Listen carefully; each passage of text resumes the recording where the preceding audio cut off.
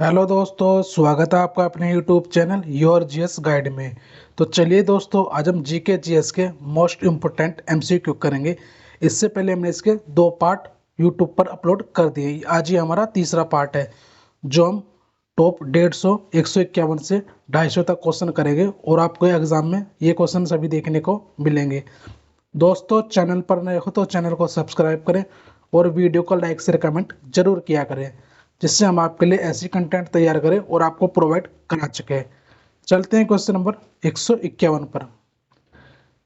तमिल और आंध्र प्रदेश के तट को क्या कहा जाता है? तो राइट आंसर है इसका ऑप्शन नंबर है कोरोमंडल तट। ये इसका राइट आंसर है। कुछ एक्स्ट्रा फैक्ट देखेंगे। भारतीय समुद्र तट 9 राज्य जो गुजरात, महाराष्ट्र, गोवा, कर्नाटक, केरल, तमिलनाडु, आंध्र प्रदेश, उड़ीसा, पश्चिम बंगाल, केंद्र शासित प्रदेश 2 हैं, दमन और दीव और पुदुचेरी से चौथा है। तो ये पॉइंट भी आपको याद रखना है। अगले क्वेश्चन की तरफ चलेंगे दोस्तों।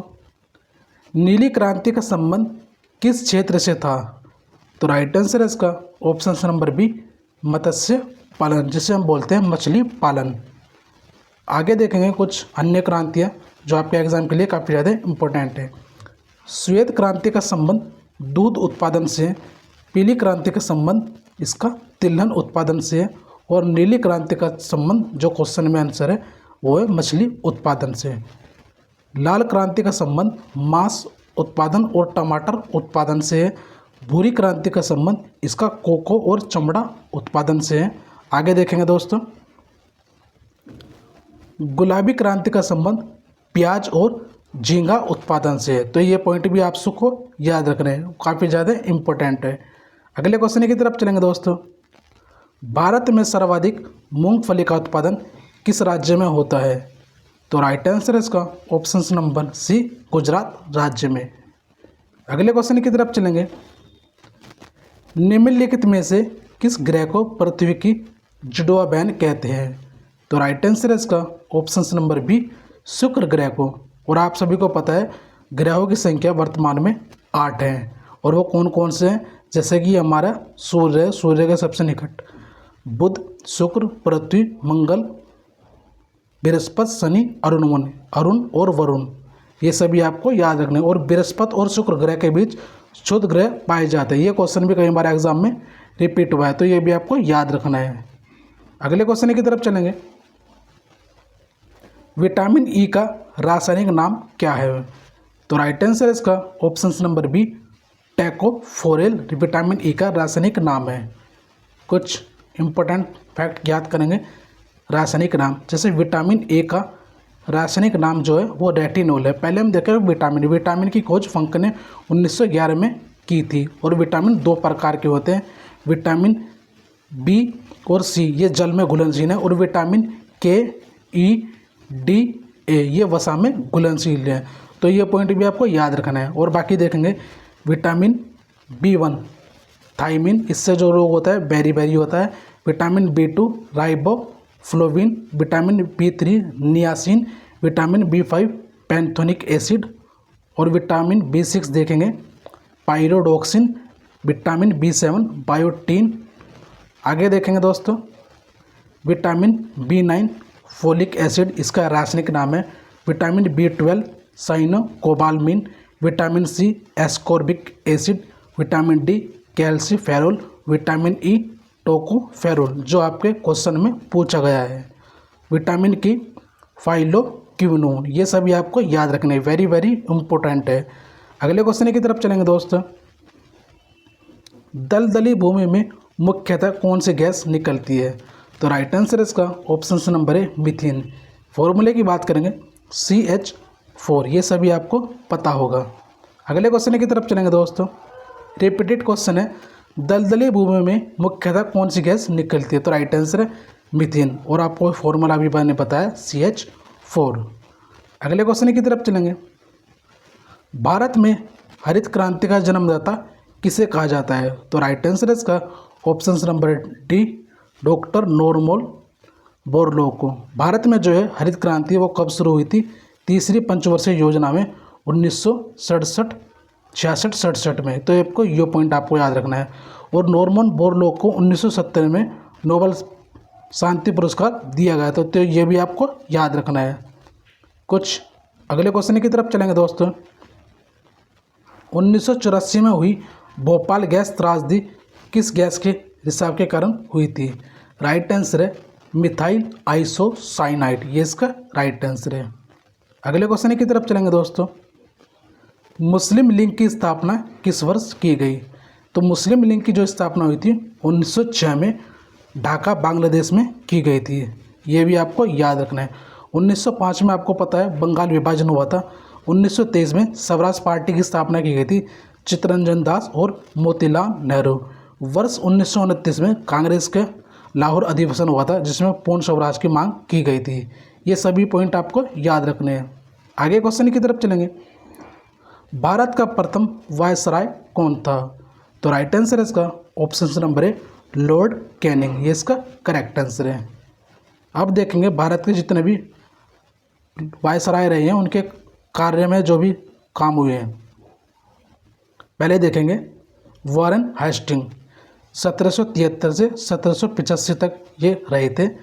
इसके समय रेगुलेटिंग एक्ट आया 1773 में और पिट्स इंडिया एक्ट आया 1784 में। वर्ष 1774 में रोहिला युद्ध हुआ था। और बाकी देखेंगे 1775 से 82 तक प्रथम मराठा युद्ध और वर्ष 1782 में सालबाई की संधि हुई।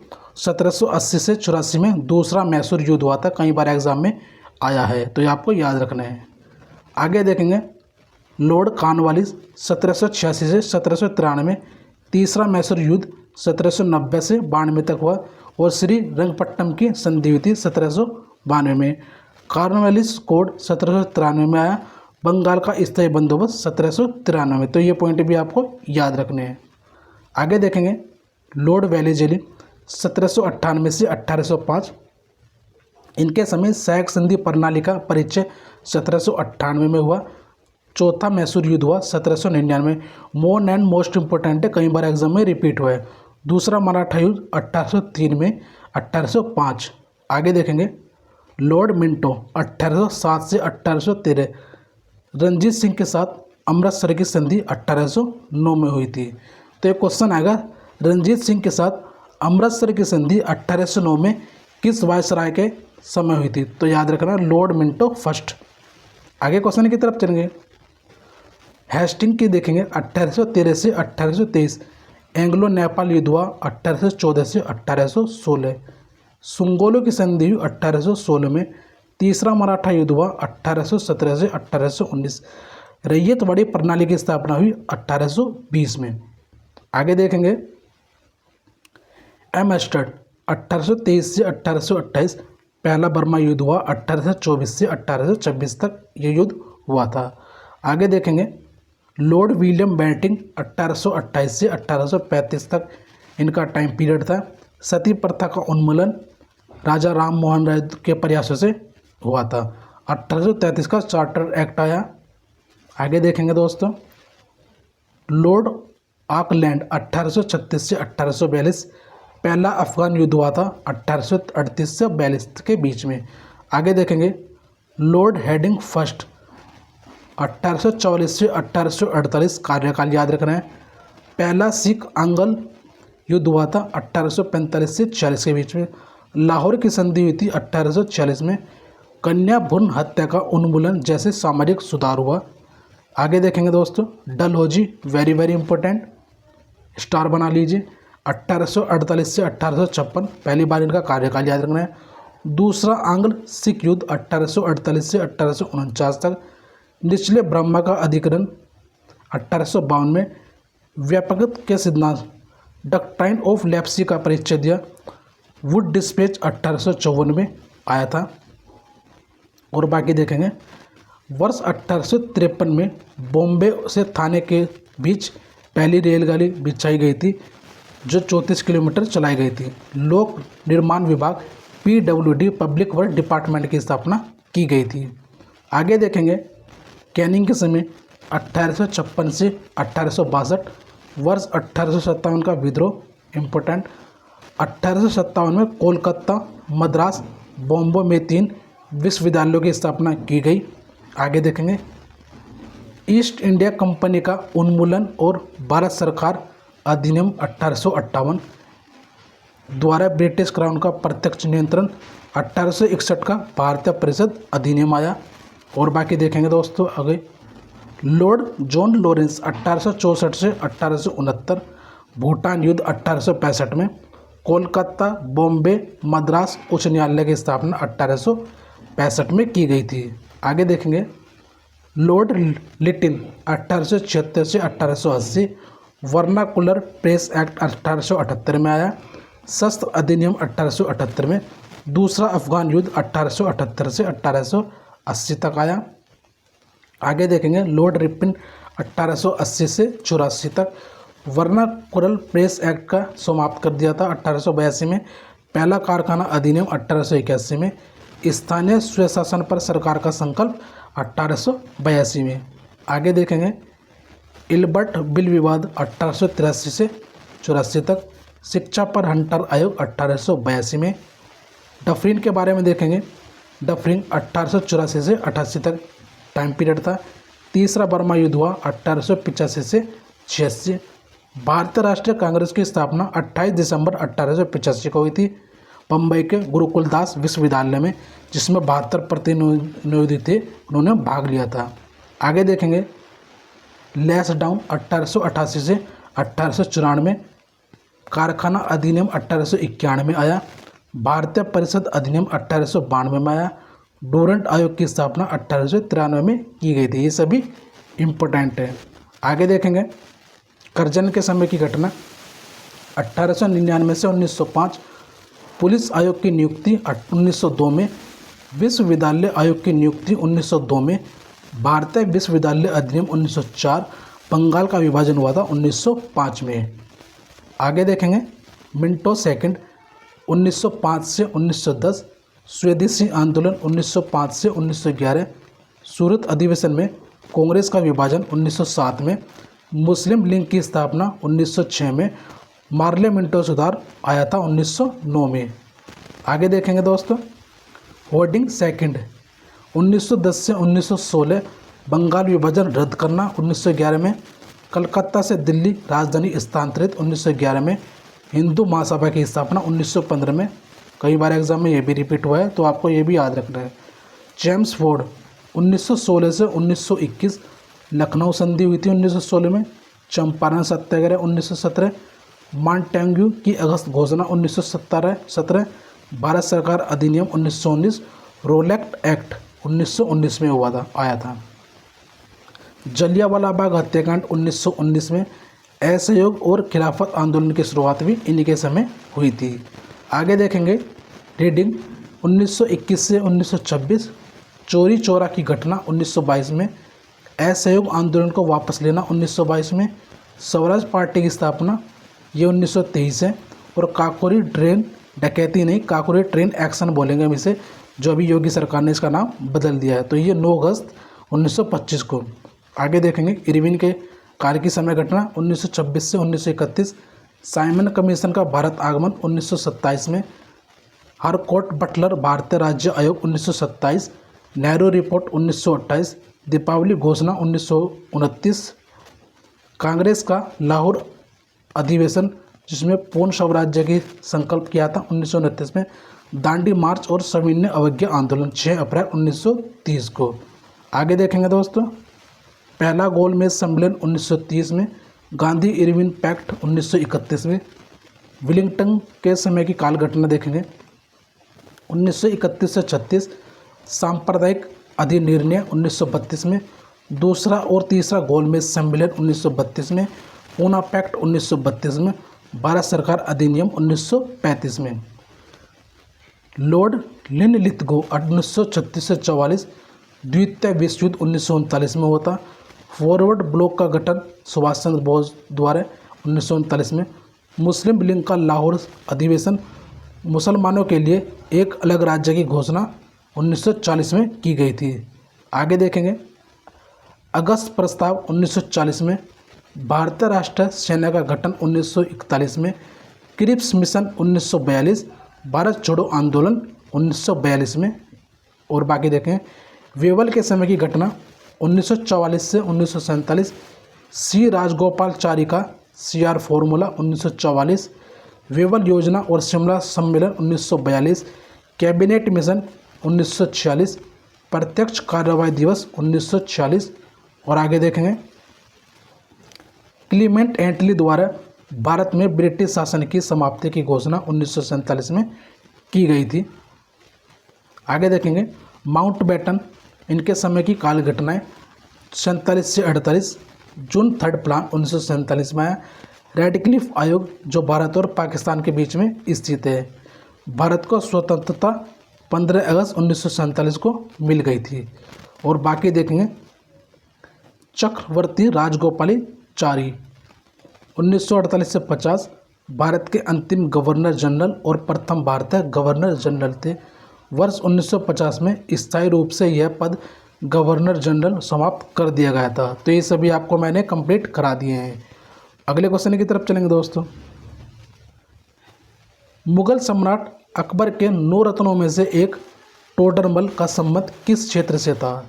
तो राइट आंसर है इसका ऑप्शन नंबर सी, भू राजस्व व्यवस्था। आगे क्वेश्चन की तरफ चलेंगे। निम्नलिखित में से किस मुगल शासक ने हिंदू तीर्थ यात्रा कर को समाप्त कर दिया था? तो राइट आंसर है ऑप्शन नंबर सी, अकबर द्वारा। आगे क्वेश्चन की तरफ चलेंगे दोस्तों। किस वायसराय ने विलय की नीति लागू की थी? राइट आंसर है option number B, Lord Dalhousie, जो मैंने अभी बताया था 1848 से 1854 तक इनका टाइम पीरियड था। तो ये आपको याद रखना है। आगे क्वेश्चन की तरफ चलेंगे। कर्नाटक के स्वनबेलगोला में किस जैन संत की विशाल प्रतिमा स्थापित है? राइट आंसर है ऑप्शन नंबर बी, गोमतेश्वर की। अगले क्वेश्चन की तरफ चलेंगे।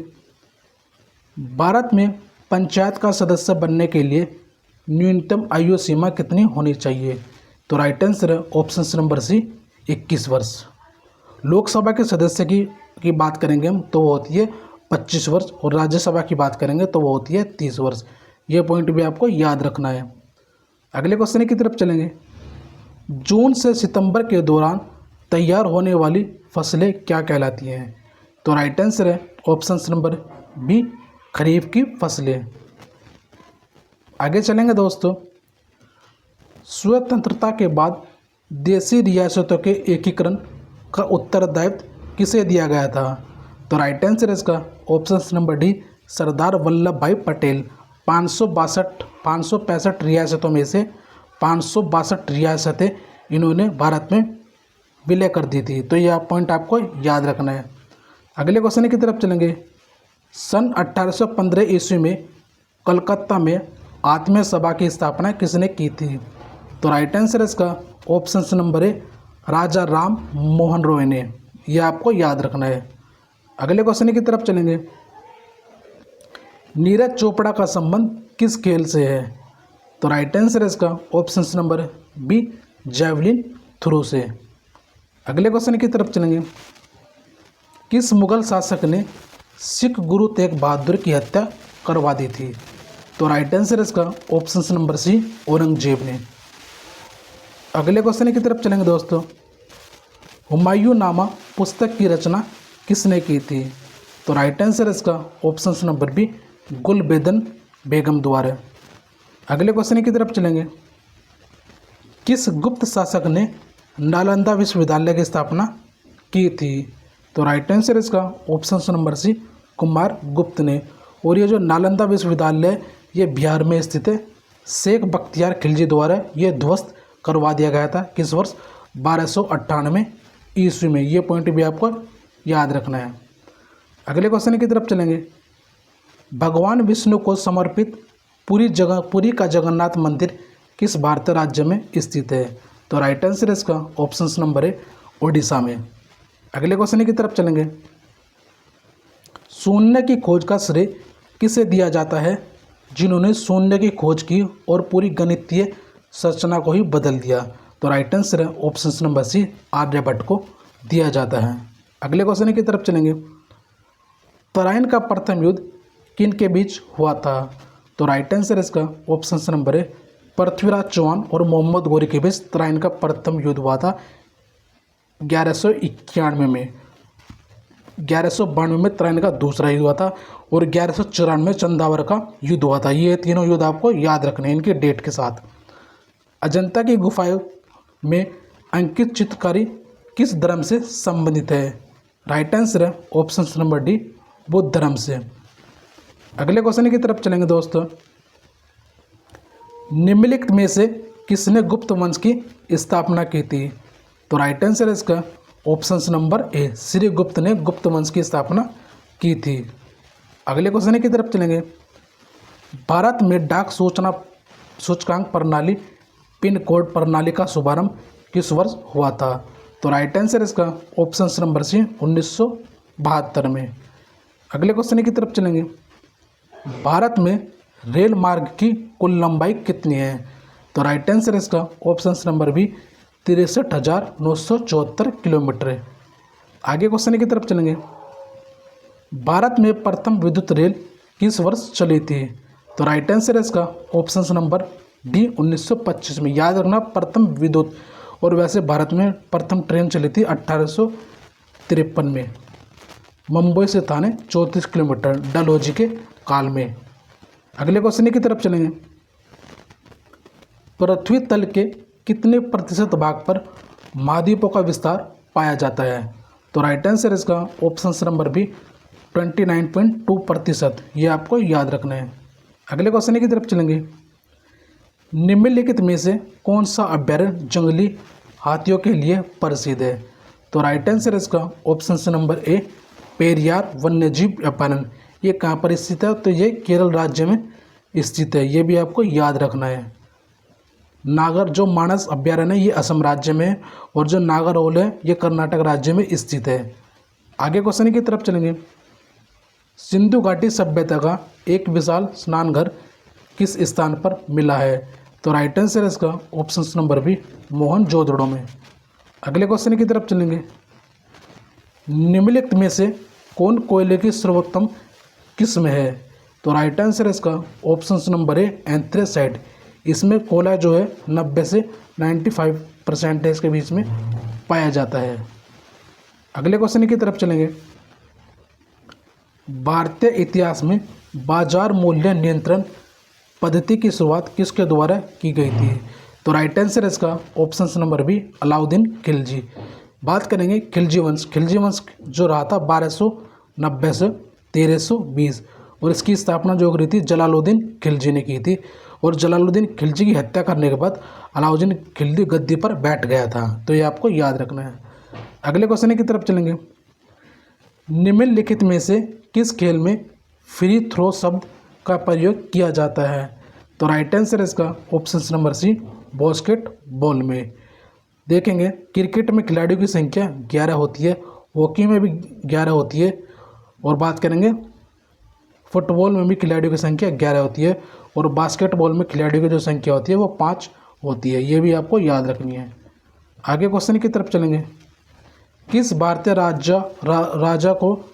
राज्य को पोलो खेल का उद्गम माना जाता है? तो राइट आंसर है ऑप्शन नंबर डी, मणिपुर को। 1210 में गुलाम वंश के संस्थापक कुतुबुद्दीन ऐबक की पोलो चौगान खेलते हुए समय 1210 में मृत्यु हो गई थी। तो ये आपको याद रखना है। अगले क्वेश्चन की तरफ चलेंगे। विक्रम साराभाई अंतरिक्ष केंद्र कहाँ स्थित है? तो राइट आंसर है त्रिवेंद्रम में। ये आपको याद रखना है। अगले क्वेश्चन की तरफ चलेंगे। क्रिकेट पिच में पॉपिंग क्रीज और स्टंप के बीच की दूरी कितनी होती है? तो राइट आंसर है ऑप्शन नंबर बी, 4 फीट की। अगले क्वेश्चन की तरफ चलेंगे। भारत का प्रथम परमाणु ऊर्जा रिएक्टर है, तो वो कौन सा है? अप्सरा। अगले क्वेश्चन की तरफ चलेंगे। भारतीय अंतरिक्ष अनुसंधान संगठन का मुख्यालय कहाँ स्थित है? तो राइट आंसर इसका ऑप्शन नंबर बी, बंगलुरु में। बात करेंगे हम इसरो की। इसरो की जो स्थापना हुई थी 15 अगस्त 1969 में की गई थी। ये भी आपको याद रखना है, जिसका हेडक्वार्टर बेंगलुरु कर्नाटक में स्थित है। अगले क्वेश्चन की तरफ चलेंगे। निम्नलिखित में से किस रोग की पहचान करने के लिए एलिसा का परीक्षण किया जाता है? तो राइट आंसर है ऑप्शन नंबर डी एड्स का। अगले क्वेश्चन की तरफ चलेंगे। 2011 की जनगणना के अनुसार भारत की नगरीय जनसंख्या भारत की कुल जनसंख्या का लगभग कितना प्रतिशत है? तो राइट आंसर है ऑप्शन नंबर सी 28%। अगले क्वेश्चन की तरफ चलेंगे। सूचना की सबसे छोटी इकाई को क्या कहते हैं जिसे कंप्यूटर समझ और प्रोसेस कर सकता है? तो राइट आंसर है ऑप्शन नंबर ए बिट। अगले क्वेश्चन की तरफ चलेंगे। भारतीय संविधान में नागरिकों को कितने मूल अधिकार दिए गए हैं? तो राइट आंसर है option number C option number B 6। बात करेंगे भारतीय संविधान में नागरिक जो है भाग 2 में है, ये आपको याद रखना है।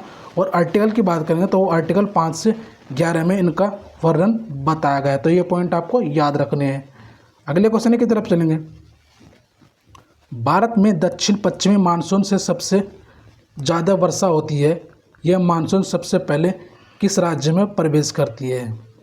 तो राइट आंसर है इसका ऑप्शन नंबर डी केरल राज्य में। अगले क्वेश्चन की तरफ चलेंगे। दूरदर्शन में रंगीन प्रशासन किस वर्ष आरंभ हुआ? तो राइट आंसर है इसका ऑप्शन नंबर बी 1982 में। अगले क्वेश्चन की तरफ चलेंगे। विश्व वन्यजीव कोष द्वारा किस पशु को प्रतीक चिन्ह के रूप में लिया गया है? तो राइट आंसर है ऑप्शन नंबर सी पांडा का। अगले क्वेश्चन की तरफ चलेंगे। भारत में करेंसी नोट पर उसका मूल्य कितनी भाषाओं में लिखा होता है? तो राइट आंसर इसका ऑप्शन नंबर डी 17 भाषाओं में। अभी हाल ही का एग्जाम हुआ था, उसमें एक क्वेश्चन पूछा गया था, तो ये आपको याद रखना है। अगले क्वेश्चन की तरफ चलेंगे। आँख का कौन सा भाग आँख के रंग का निर्धारण करता है? तो राइट आंसर है option number D iris. Option number D इसका राइट आंसर है। दोस्तों वीडियो अच्छी लग रही हो तो वीडियो को लाइक शेयर कमेंट जरूर किया करें, जिससे हम आपके लिए ऐसी कंटेंट तैयार करें और आपको प्रोवाइड करा सके।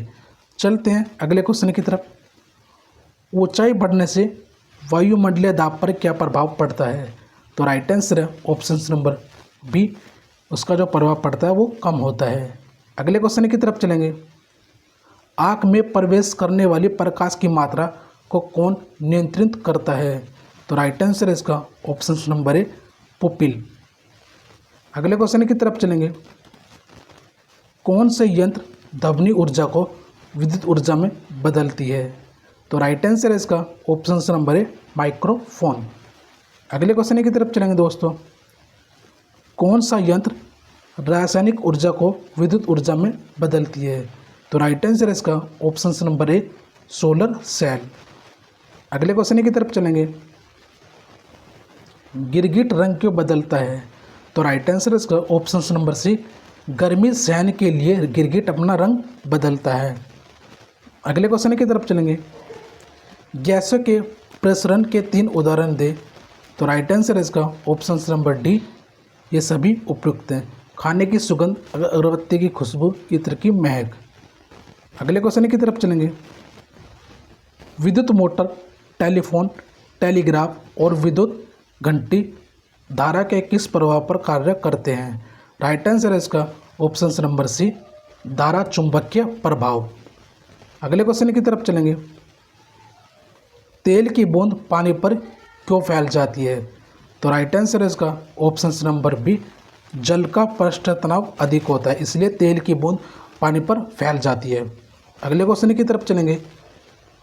द्रव की बूंद किस वजह से गोलाकार होती है? तो राइट आंसर है इसका ऑप्शन नंबर ए पृष्ठ तनाव। अगले क्वेश्चन की तरफ चलेंगे। धातु की शुद्धता का निर्धारण किसकी सहायता से किया जाता है? तो राइट आंसर है इसका ऑप्शन नंबर बी, आर्किमिडीज का सिद्धांत। अगले क्वेश्चन की तरफ चलेंगे। परमाणु विखंडन प्रतिक्रिया के दौरान उत्पन्न ऊर्जा का प्रयोग किया जाता है। तो राइट आंसर है इसका ऑप्शन नंबर सी, अणुओं को आज़ाद करने में। अगले क्वेश्चन की तरफ चलेंगे। पहाड़ों पर जल कम तापमान पर क्यों उबलता है? तो राइट आंसर है इसका ऑप्शन नंबर ए, पहाड़ों पर वायु दाब कम होता है। अगले क्वेश्चन की तरफ चलेंगे दोस्तों। फ्यूज तार एक पतला तार होता है जो मिश्र धातु का बना होता है। तो राइट आंसर है इसका ऑप्शन नंबर डी, टीन वे शीशे का बना होता है। अगले क्वेश्चन की तरफ चलेंगे, बादल वायुमंडल में क्यों तैरते हैं? तो राइट आंसर है इसका ऑप्शन नंबर बी, अल्प घनत्व के कारण बादल वायुमंडल में तैरते हैं। अगले क्वेश्चन की तरफ चलेंगे, मात्र 2 ऊतक कौन से हैं जो खून से ऑक्सीजन प्राप्त नहीं करते? तो राइट आंसर है ऑप्शन नंबर बी, नाखून और कॉर्निया। कॉर्निया जो आँख में पाया जाता है। अगले क्वेश्चन की तरफ चलेंगे, मानव शरीर की सबसे छोटी हड्डी कौन सी है? तो राइट आंसर है इसका option number B, stapes.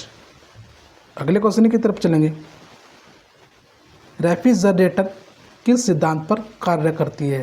Right answer है ऑप्शन नंबर सी, द्रव के वाष्पन सिद्धांत पर। अगले क्वेश्चन की तरफ चलेंगे, लोलक की कालावधि किस पर निर्भर करता है? तो राइट आंसर है इसका ऑप्शन नंबर सी, लंबाई के ऊपर। अगले क्वेश्चन की तरफ चलेंगे, वॉशिंग मशीन किस सिद्धांत पर कार्य करता है? तो राइट आंसर इसका ऑप्शन नंबर बी, अपकेंद्र सिद्धांत पर। अगले क्वेश्चन की तरफ चलेंगे, विटामिन B1 की कमी से कौन सी बीमारी होती है? तो राइट आंसर इसका ऑप्शन नंबर बी, बेरी। विटामिन सी से स्कर्वी, विटामिन B3 से नियासिन और नाइट ब्लाइंडनेस पता ही है आपको, विटामिन ए जिसे बोलते हैं रतौंधी। अगले क्वेश्चन की तरफ चलेंगे, विद्युत प्रेस के तापन तंत्र नाइक्रोम को किसके बीच रखा जाता है? तो राइट आंसर है इसका ऑप्शन नंबर बी, अब्रक मिका के बीच में रखा जाता है। अगले क्वेश्चन की तरफ चलेंगे, सबसे पहले प्रकाश की गति को किसने मापा था? तो राइट आंसर है इसका ऑप्शन नंबर सी, रोमर द्वारा। अगले क्वेश्चन की तरफ चलेंगे, साइकिल चलाने वाला मोड़ लेते समय क्यों झुकता है? तो राइट आंसर है इसका ऑप्शन नंबर बी, वह झुकता है ताकि गुरुत्व केंद्र आधार के अंदर बना रहे ताकि गिरने से बच सके। ये इसका करेक्ट आंसर है। अगले क्वेश्चन की तरफ चलेंगे, हाइड्रोजन के कितने आइसोटोप होते हैं? तो राइट आंसर है इसका ऑप्शन नंबर बी, 2, ड्यूटेरियम और ट्रिटियम। ये इसका राइट आंसर है।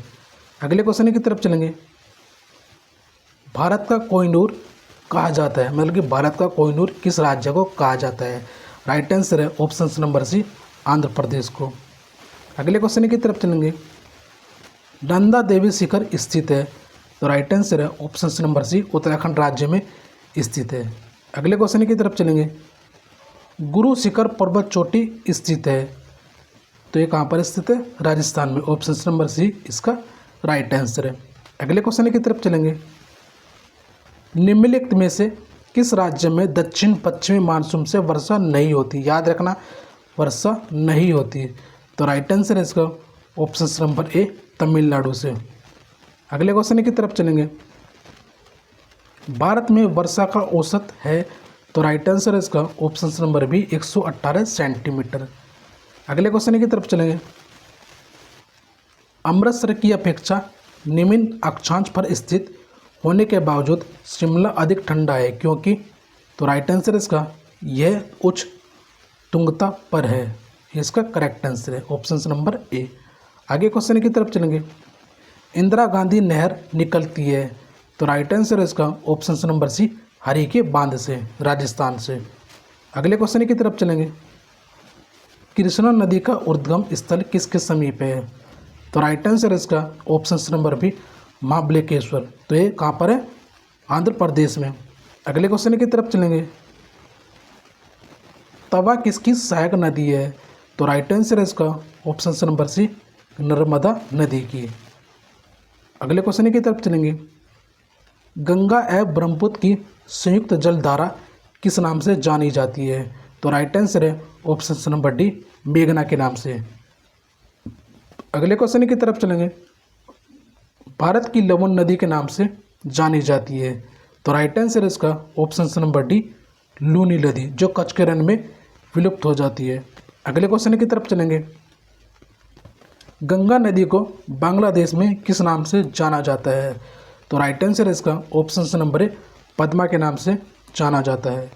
अगले क्वेश्चन की तरफ चलेंगे, इंदौर के समीप स्थित जानापाव पहाड़ी स्रोत है। तो राइट आंसर है इसका ऑप्शन नंबर सी, चंबल की नदी। अगले क्वेश्चन की तरफ चलेंगे। अंडमान निकोबार द्वीप समूह कहाँ स्थित है? तो राइट आंसर है इसका ऑप्शन नंबर ए, बंगाल की खाड़ी में। अगले क्वेश्चन की तरफ चलेंगे दोस्तों। भारत के किस राज्य में उसके क्षेत्र का अधिकतम प्रतिशत क्षेत्र वनाच्छादित है? तो राइट आंसर है इसका ऑप्शन नंबर ए, मिजोरम में सबसे सर्वाधिक वन वहीं पर पाए जाते हैं प्रतिशत के आधार पर। अगले क्वेश्चन की तरफ चलेंगे। निकोबार द्वीप का दूसरा नाम क्या है? तो राइट आंसर है इसका option number B, Pygmalion Point. और यह कहाँ पर स्थित है? भारत का नक्शा देखोगे तो दक्षिण में स्थित है, और उंद्राकोल देखोगे तो वो लद्दाख में स्थित है। ग्वार मोती की बात करेंगे तो वो कहाँ पर है? ग्वार मोती अरुणाचल प्रदेश में, और कीबेतु जो है ये गुजरात में स्थित है। ये भी आपको याद रखना है। अगले क्वेश्चन की तरफ चलेंगे। लक्षद्वीप समूह कहाँ है? तो राइट आंसर है इसका ऑप्शन नंबर बी, अरब सागर में। अगले क्वेश्चन की तरफ चलेंगे दोस्तों। देश के कुल कोयला उत्पादन में झारखंड की भागीदारी है। तो राइट आंसर है इसका ऑप्शन नंबर सी, 40%। अगले क्वेश्चन की तरफ चलेंगे। निम्नलिखित में से किस खनिज में भारत आत्मनिर्भर नहीं है? तो राइट आंसर है इसका ऑप्शन नंबर सी, तांबा। अगले क्वेश्चन की तरफ चलेंगे। झारखंड में कोयले की खान स्थित है। तो राइट आंसर है इसका ऑप्शन नंबर ए, झरिया में, झारखंड में कोयले की खान स्थित है। अगले क्वेश्चन की तरफ चलेंगे। निम्न में से कौन सा स्थान कॉपर खनन से संबंधित है? तो राइट आंसर इसका ऑप्शन नंबर ए, केतड़ी, जो राजस्थान में स्थित है। अगले क्वेश्चन की तरफ चलेंगे। केंद्र सरकार द्वारा नई वन नीति की घोषणा किस वर्ष की गई? तो राइट आंसर है इसका ऑप्शन नंबर बी, 1988 में। अगले क्वेश्चन की तरफ चलेंगे। भारतीय वन संरक्षण विभाग की स्थापना कब की गई थी? तो राइट आंसर है इसका ऑप्शन नंबर सी, 1981 में। अगले क्वेश्चन की तरफ चलेंगे। अरावली का उच्चतम शिखर है। तो राइट आंसर है इसका ऑप्शन नंबर ए, गुरु शिखर। अगले क्वेश्चन की तरफ चलेंगे दोस्तों। अब स्थिति पर्वत शिखर नहीं है। तो राइट आंसर है इसका ऑप्शन नंबर ए, गोसाई थान। तो चलिए दोस्तों, आज के लिए यहीं समाप्त करते हैं। दोस्तों वीडियो अच्छी लगे तो वीडियो को लाइक शेयर कमेंट जरूर किया करें, और वीडियो को ज़्यादा से ज़्यादा अपने दोस्तों के साथ शेयर किया करें, जिससे हम आपके लिए ऐसी कंटेंट तैयार करें और आपको प्रोवाइड करा सकें। मिलते हैं दोस्तों नई वीडियो के साथ, जब तक के लिए जय हिंद, जय भारत।